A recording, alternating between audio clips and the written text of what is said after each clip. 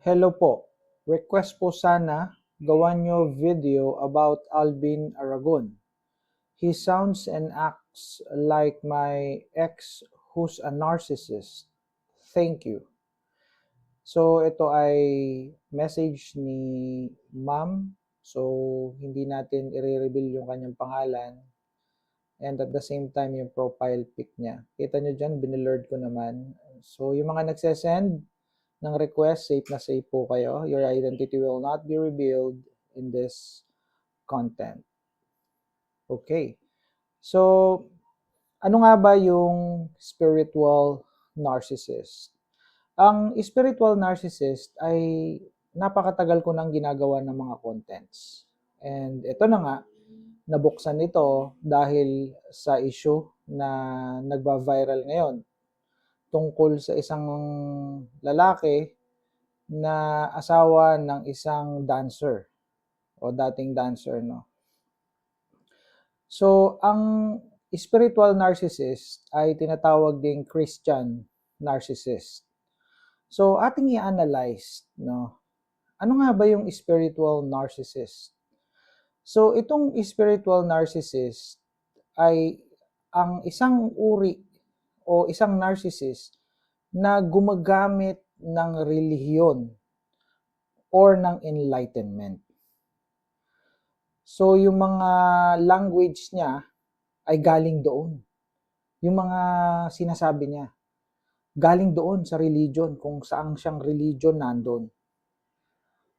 Ito ay nakadisenyo. Ito ay manipulation tactic. Nakadisenyo upang i-manipulate or paikutin ang mga tao sa paligid niya para kontrolin ang mga tao sa paligid niya at para itaas ang kanyang sarili above others. Dito ay may air of superiority.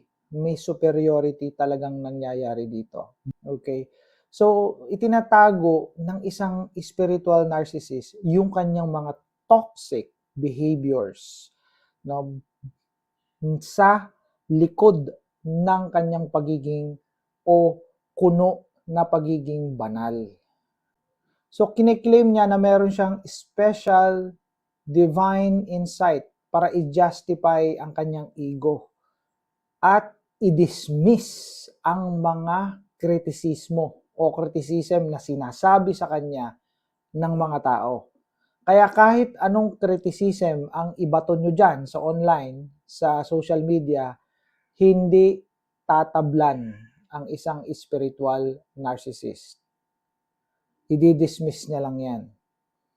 So, ang common signs na kaakibat nito ay yung spiritual superiority. Pakiramdam niya at paniwala niya, no, at yun ang kanyang ipinahayag na superior ang kanyang relihiyon na kinalalagyan o kinabibilangan. Sinasabi niya na siya ay nag-evolve. Siya ay chosen. Siya ay pinili bukod sa iba. Kaya mapapansin ninyo na kinakalkal niya yung history niya. Sinasabi niya na dati siya isang masamang tao, dati siya ay isang addict, dati siya isang magnanakaw, dati siya ay isang cheater, dati siya isang ganito, isang ganyan, tapos naging ganito na siya. So merong evolution siyang ikinukwento dito. Ibig sabihin, siya ay merong sinasabing nag-evolve na siya. So parang ang nangyari dito ay siya ay nag-transform. Ganun ang datingan nito. Another one, no? Wine-weaponize niya ang salita ng Diyos. Weaponizing or weaponized scripture. Ginigamit niya ang mga spiritual text para manghiya ng mga tao, no? Para patahimikin ang mga tao. Kaya yung mga gays, no, yung mga lesbian ay hinihiya ng mga ganitong tao upang sila ay maging superior at para manahimik ang mga taong ito. So ganito ang ginagawa. Another one, no? Meron siyang fake humility. Nagpe-perform siya ng mga acts of services para makagain ng papuri at para ma-maintain yung kanyang status, no? Yung status na yun. Another one, lack of accountability. Kiniklaim niya na sa higher power lang o sa Diyos lang siya mananagot, no? So hindi sa tao. So lack of accountability to sa kanyang asawa. Lack of accountability to sa kanyang mga anak. Kasi lagi niyang iniisip at lagi niyang ipinahayag na sa Diyos lang siya mananagot, sa Diyos lang siya hihingi ng tawad, sa Diyos lang siya luluhod, no? At hindi niya inirerespeto yung human boundaries na sineset ng mga tao. Yung sineset ng asawa niya. Wala siyang pakialam doon.